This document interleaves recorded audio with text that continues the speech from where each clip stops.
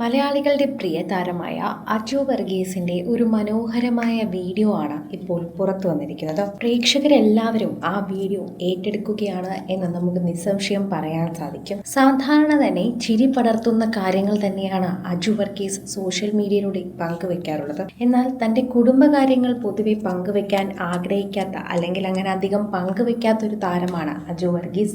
സിനിമയ്ക്കകത്തും പുറത്തും സംഭവിക്കുന്ന കാര്യങ്ങളാണ് സാധാരണയായി അജു പങ്കുവെക്കാറുള്ളത്.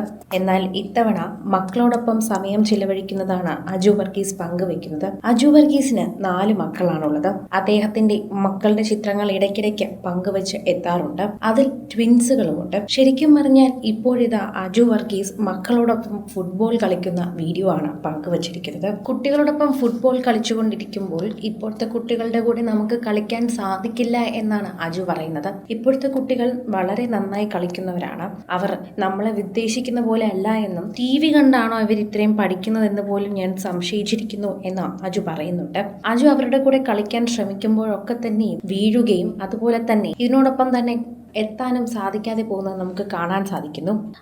അപ്പ മരിക്കാൻ പോവുകയാണോ എന്നാണ് എല്ലാവരും ചോദിക്കുന്നത്. അതുപോലെ തന്നെ എല്ലാവരും കമന്റായി തന്നെ ചിലത് രേഖപ്പെടുത്തുന്നുണ്ട്.